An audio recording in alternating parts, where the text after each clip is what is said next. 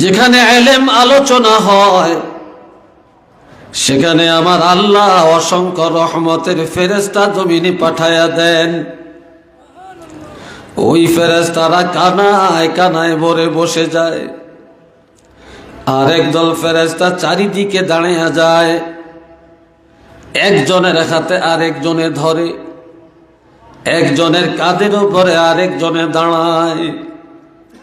এইভাবে চারিদিক থেকে দাঁড়াইতে দাঁড়াইতে প্রথম আসমান পর্যন্ত দাঁড়িয়ে যায়।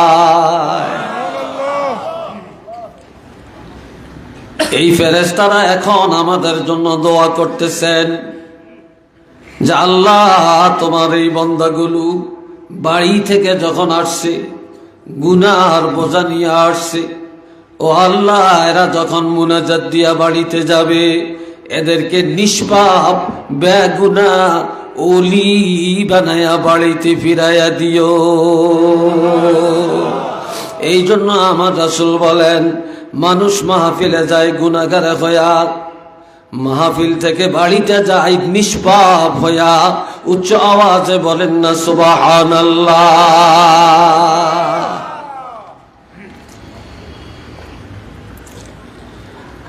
ছেলে যদি পরীক্ষা দিয়া পাস করে, ছাত্র যদি পরীক্ষা দিয়া পাস করে, ছাত্রের গৌরবের থেকে শিক্ষকের গৌরব বেশি। কি কথা ঠিক কিনা? সন্তানের গৌরবের চেয়ে মা বাপের গৌরব অনেক বেশি, ঠিক না? যে ছেলে মেয়ে ভালো লেখাপড়া করে, ভালো রেজাল্ট করে, পিতা মাতা এই সুসংবাদটা অন্যের কাছে প্রচার করে, শিক্ষকেরা গভর্নিং বডির সদস্যের কাছে ফোন দেয়া জানায়, প্রতিষ্ঠানের হিতাকাঙ্ক্ষী যারা তাদেরকে মোবাইলে জানিয়ে দেয় আমাদের মাদ্রাসার, আমাদের বিদ্যালয়ের রেজাল্টটা এমন এমন। কথা ঠিক কিনা? এটা একটা গৌরবের বিষয়।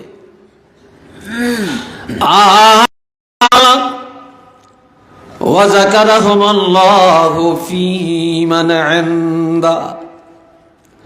আল্লাহ যে বান্দা বান্দি দুনিয়াতে কোরআন হাদিসের ইলম শিখে, তাদের ব্যাপারে আমার আল্লাহ আসমানের মধ্যে আল্লাহর নিকটতম রহমতের ফেরেশতাদের কাছে গর্ব করে।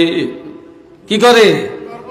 আল্লাহ নিজে গর্ববোধ করে, উল্লেখ করে করে জানিয়ে দেন, আমার অমক বান্দা, আমার অমক বান্দা ওই দেখো কোরআন হাদিসের ইলম শিখতে আসে। তখন আল্লাহ জানিয়ে দেন, ফেরেশতারা জানা থাকো, আমি আমার এই বান্দাগুলোকে ক্ষমা করে দিলাম। এটা চিল্লে বলেন না সুবহানাল্লাহ।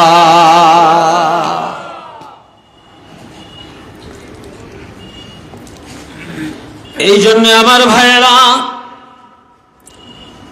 হযরত ইব্রাহিম খলিল বাইতুল্লাহ নির্মাণের পরে বাইতুল্লাহর সামনে দাঁড়ায়া 2 রাকাত নামাজ আদায় করলেন। কয় রাকাত? আরেকবার বলেন।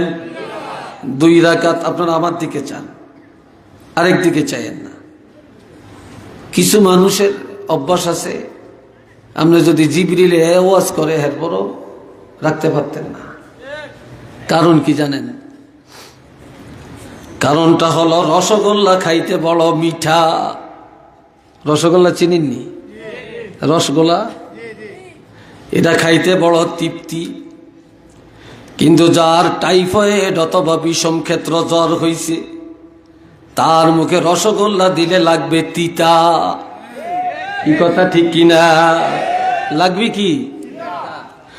আজ মুসলমান হারামের পিছনে চলতে চলতে, মিথ্যার পিছনে প্রতিষ্ঠিত হতে হতে, গুনাহ বা নাফরমানি করতে করতে আমাদের অন্তর এখন এতটা খারাপ হয়েছে, কোরআন হাদিসের মিষ্টি কথাগুলা যত বলবেন তাদের কাছে তিতা লাগবে। কি ঠিক না?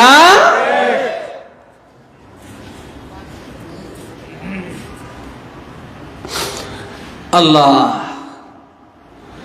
হযরত ইব্রাহিম খলিলুল্লাহ এইবার বায়তুল্লাহর সামনে দাঁড়াইয়া লম্বা মুনাজাত দেন, লম্বা চূড়া একটা মুনাজাত দিছে। এই মুনাজাতের মধ্যে আল্লাহর কাছে বললেন, আল্লাহ রব্বানা ওয়া বা'আস ফীহিম রাসূলাম মিনহুম ইয়াতলু আলাইহিম আয়াতিকা ওয়া ইউআল্লিমুহুমুল কিতাবা ওয়াল হিকমাতা ওয়া ইউযাক্কিহিম ইন্নাকা আনতাল আজিজুল হাকীম। আল্লাহ ও দোস্ত বুজুর্গ ভাইরা রে, কলিজার টুকরা যুবকেরা শোনো,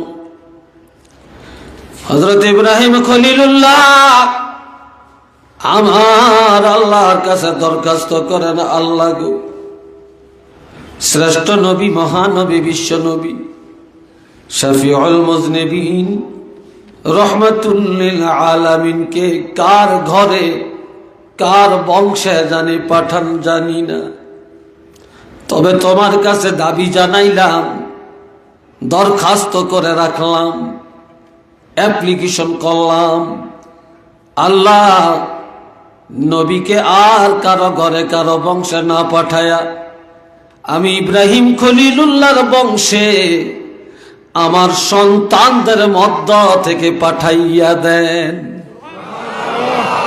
আরেকটু জোরে।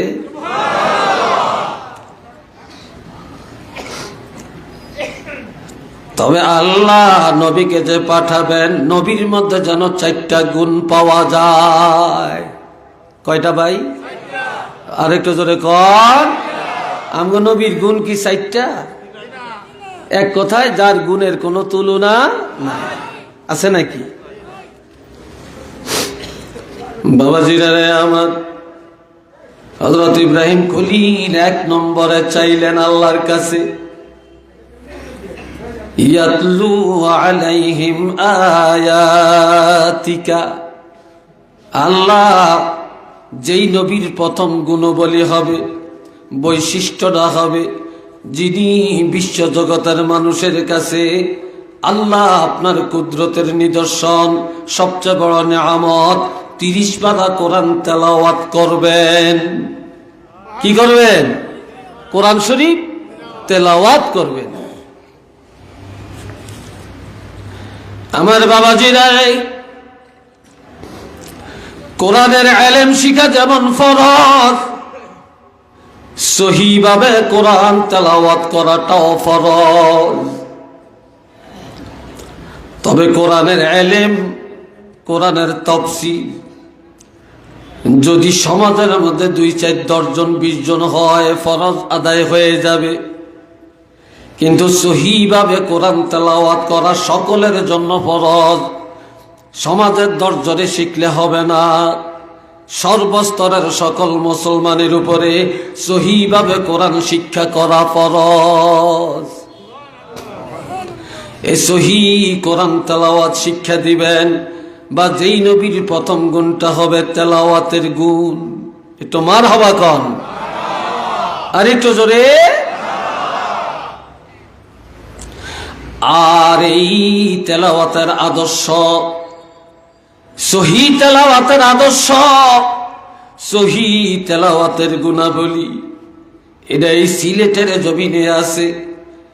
আর এই বৈশিষ্ট্যটা ছিল একমাত্র আল্লামা সাহেব কেবলা আব্দুল লতিফ রহমতুল্লাহ আলাইহি। কথাটি কি বলেন? ফুলতলির আল্লাহর ওলি, ওনার মধ্যে এই আদর্শটা ছিল কিনা? না সন্দেহ আছে মনে হয়? জোরে বলেন, ছিল কিনা? এই দেশের ঘরে ঘরে সহি কোরআন তেলাওয়াত শিক্ষা দেওয়ার জন্য আল্লামা সাহেব কেবলা ফুলতলি রহমতুল্লাহ আলাইহি সারাটা জীবন জিহাদ করে গিয়েছে কিনা? আল্লাহ কবুল করো, কোন আমিন। হযরত ইব্রাহিম খলিল 2 নম্বর দোয়া করলেন, ওয়া ইউআল্লিমুহুমুল কিতাবা। আল্লাহ যে নবী দ্বিতীয় বৈশিষ্ট্যটা হবে কোরআন শিক্ষা দেওয়ার বৈশিষ্ট্য। যিনি বিশ্ব জগতের মানুষের কোরআন শিখাবেন। কি শিখাবেন? কথা বলেন, কি শিখাবেন? কোরআন শিখাবেন। ভাইস চেয়ারম্যান ওখানে গেলেন কেন? ও আচ্ছা, ঠিক আছে, আপনার যেমনি ভালো লাগে বসেন। এই আপনার এই জায়গাটা দিয়ে এত হাঁটাহাঁটি করেন কেন? একটা কথা শুনেন, মাহফিলের পাশে দিয়ে হাঁটাহাঁটি করলে, বক্তার নজর পড়লে কথার মোড় ঘুরে যায়, দাসটা নষ্ট হয়ে যায়।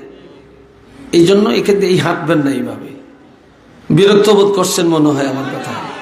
কি বলেন, বিরক্ত বোধ করছেন? আল্লাহ শুনেন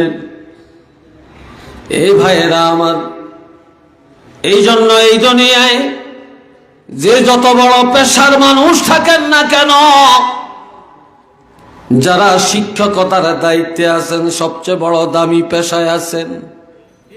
কেননা কোরআন হাদিসের এলেম যারা শিখায় তারা নবীর দায়িত্ব পালন করছেন। কেননা নবী বলেছেন, বুইসতু মুআল্লিমা, আমি একজন শিক্ষক হয়ে দুনিয়াতে আগমন করেছি। নবী ছিলেন একজন শিক্ষক, আর নবীর এই শিক্ষকতার দায়িত্ব এবং ওলামায়ে কেরামেরা পালন করেন।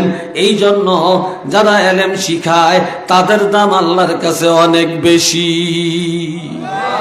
এটা মারহাবা কোন, আলহামদুলিল্লাহ বলেন। বেতন কম হইল, দাম কি কম না বেশি? হ্যাঁ, বেশি না? মসজিদের ইমামের বেতন 3,000, 4,000, সর্বোচ্চ 5,000। কথা ঠিক কিনা? অথচ একজন ইমামের বাড়িটা হওয়ার কথা ছিল প্রধানমন্ত্রীর বাড়ির মতো, গাড়িটা হওয়ার কথা ছিল প্রেসিডেন্টের গাড়ির মতো। কি কথা ঠিক কিনা? প্রধানমন্ত্রীর বেতন যা, একজন ইমামের বেতন হওয়ার কথা ছিল তা। ঠিক কিনা? তো এটা হইলে এই মানুষ ভাবতো যে আলেম হইলে বাদশাহী হালতে চলতে পারে, বাড়ি পায়, গাড়ি পায়, ভালো চলতে পারে। তাইলে সব মানুষ আর কোন পেশায় না নিয়া কোরআন হাদিসের পেশাই প্রত্যেকে থাকতেন। কি ভাই, কথা ঠিক কিনা? এখন দেখা যায় ইমামতি করিও বেতন পায় না, মাদ্রাসা পড়িও ভালো বেতন পায় না। এই জন্য অনেক ক্ষেত্রে অনেক আলেমরাও নিজের সন্তানরে আলেম বানাতে চায় না। বিশ্বাস হয় আপনাদের? কি বলেন, বিশ্বাস হয়? আল্লাহ, এই জন্য যত আপনি দেখেন আলেম কারা হয়? আলেম হয় গরিবের ছেলেরা, আলেম হয় মধ্যবিত্তের ছেলেরা, হাফেজ সাহেব হয় গরিবের ছেলেরা। একজন মন্ত্রীর ছেলে আলেম পাবেন না, একজন প্রেসিডেন্টের সন্তান আলেম পাবেন না, কোন এমপি সাহেবের ছেলে ঘরে আলেম পাবেন না, কোন কোটিপতির ছেলে আলেম পাওয়া যায় না, শিল্পপতির সন্তান আলেম পাওয়া যায় না। আলেম হয় গরিবের সন্তানেরা, আলেম হয় অসহায় মানুষের ছেলেরা। এই জন্য আল্লাহর হাবিব বলছেন, গরিব আর মধ্যবিত্ত মানুষেরা আর আলেমের পিতামাতারা, আলেমের আত্মীয় স্বজনেরা কিয়ামতের ময়দানে 1 নম্বরে প্রথম কাতারে জান্নাতে যাবে। জোরে বলেন আল্লাহু আকবার।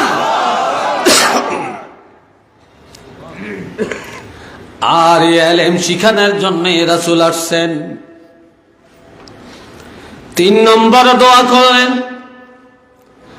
আল্লাহ ওয়াল হিকমা, যা নবী হবেন কৌশলের নবী, যিনি হবেন আদর্শের নবী। এই জমিনের মধ্যে যার আদর্শ চলবে, যেই নবীর সুন্নত তরিকায় জগৎ চলবে, যে নবীর আদর্শে নামাজ, যে নবীর আদর্শে রোজা, যে নবীর আদর্শে হজ, যে নবীর আদর্শে সমাজ, যে নবীর আদর্শে রাষ্ট্র, যে নবীর আদর্শে ব্যবসা, যে নবীর আদর্শে রাজনীতি, যে নবীর আদর্শে অর্থনীতি, সে এমন একজন আদর্শের নবী। আমি ইব্রাহিম খলিলের বংশে পাঠায়া দেন। একটু চিল্লিয়ে বলেন না সুবহানাল্লাহ। দুনিয়াতে আদর্শ চলবে কার? নবীর। জোরে বলেন কার? আরেকটু জোরে বলেন কার? আর কারো আদর্শ এই জমিনে চলবে? চলবে। 4 নম্বরের গুণটা যেন হয় ওয়ায়ুজাক্কিহিম।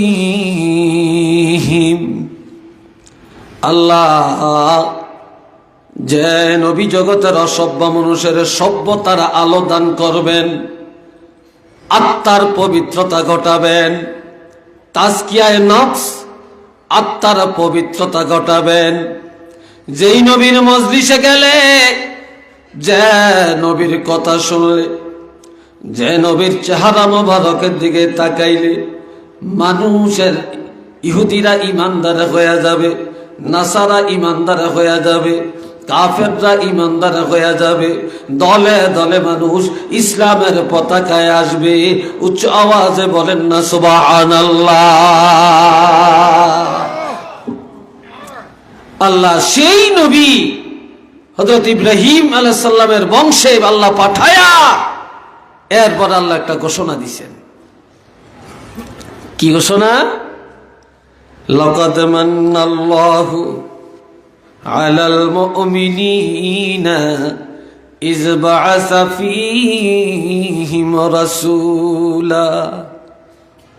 অবশ্যই আল্লাহ বিশ্ব জগতের মুমিনকে দয়া করেছেন, মুমিনের কাছে সর্বকালের সর্বশ্রেষ্ঠ রাসূল পাঠায়া দিয়েছেন। নবী পাঠায়া আল্লাহ বলেছেন, আল্লাহ আমাদেরকে দয়া করেছেন। একটু আলহামদুলিল্লাহ কন না, আর একটু ধরে কন।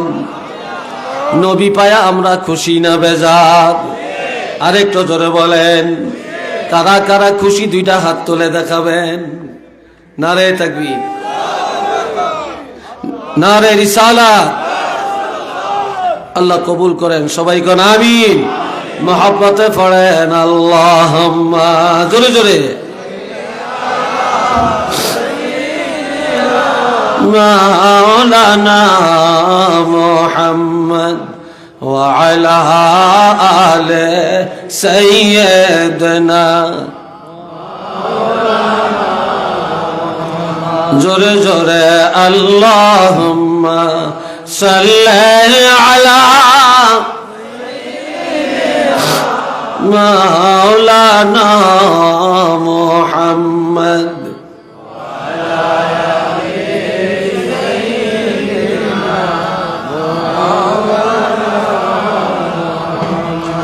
সবাই উচ্চ আওয়াজে বলেন আলহামদুলিল্লাহ। পিছন দিয়ে বলে না, এক আওয়াজে একসাথে বলবেন আলহামদুলিল্লাহ। কষ্ট হইতেছে মনে আপনাদের না? বিরক্ত লাগছে সম্ভবত। কথা চলবেনি আরো কিছু? রাজি আছেন? রাজি নাই কে? একটু হাত তোলেন তো। মাশাআল্লাহ, সবাই রাজি। আল্লাহ কবুল করেন। বলেন আমিন। আরেকটু জোরে কোন আমিন।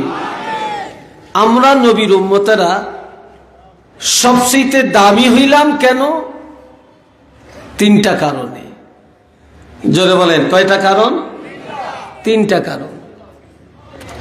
1 নম্বরের কারণ, আমরা শ্রেষ্ঠ নবীর উম্মত। ঠিক কিনা? নবী যত দামি, উম্মত তত দামি। নাকি বলেন? উম্মত তত দামি। 2 নম্বরের কারণ হলো কোরআন শরীফ। যারা বলেন কি? কোরআন শরীফ। 3 নম্বরের কারণ হলো এশার নামাজ। কোন নামাজ? এশার নামাজ। এবার শুনেন আমার ভাইয়েরা, আল্লাহ বলেন ইন্না আরাদনাল আমানাতা আলাস সামাওয়াতি ওয়াল আরদি ওয়াল জিবালি ফাআবাইনা আন ইয়াহমিলনাহা ওয়া আশফাকনা মিনহা وحملها الإنسان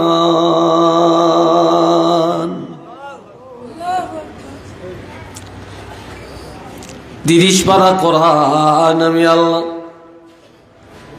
আসমানের মধ্যে রাখতে চেয়েছিলাম,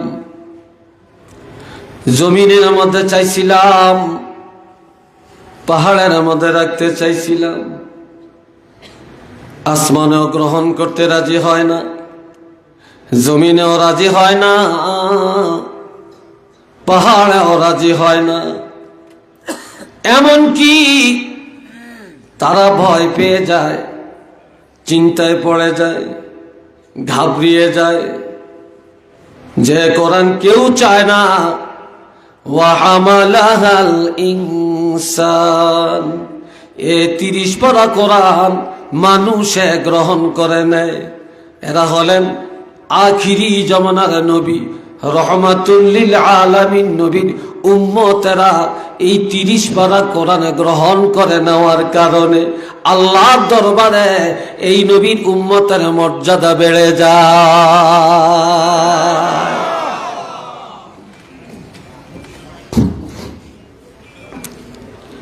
এরপরে আসেন এশার নামাজের কারণ, এটার ব্যাখ্যাটা কি? আগের নবীরা 4 ওয়াক্ত নামাজ আদায় করেছিলেন। কয় ওয়াক্ত? জোরে কোন? একসাথে না। হযরত আদম নবী পড়েছিলেন ফজরের নামাজ, তাও আল্লাহ শুকুর আদায় করার জন্য। হযরত ইব্রাহিম খলিল আর মুসা কালিমুল্লাহ পড়েছিলেন জোহরের নামাজ। মুসা নবী জোহরের টাইমে নীল দরিয়া পার হতে পারলেন, ইব্রাহিম খলিল জোহরের টাইমে অগ্নিকুণ্ডলী থেকে মুক্তি পাইলেন। আল্লাহ শুকুর আদায় করার জন্য তারা 4 রাকাত নামাজ আদায় করলেন। ওই 4 রাকাত নামাজই হলো জোহরের নামাজ। আদম নবীর দোয়া কবুল করলেন ফজরের সময়, এই জন্য 2 রাকাত নামাজ আদায় করলেন। এটা হলো ফজরের নামাজ। নূহ নবীর বন্যা ছিল 40 দিন, যেই সময় যেদিন আল্লাহ মুক্তি দিলেন, নাজাত দিলেন, বন্যা থেকে রক্ষা করলেন, সময়টা ছিল আসরের সময়। বন্যা থেকে মুক্তি পায়া হযরত নূহ নবী 4 রাকাত নামাজ আদায় করেন। ওই 4 রাকাত হলো আসরের নামাজ। এটা সুবহানাল্লাহ বলতেন না?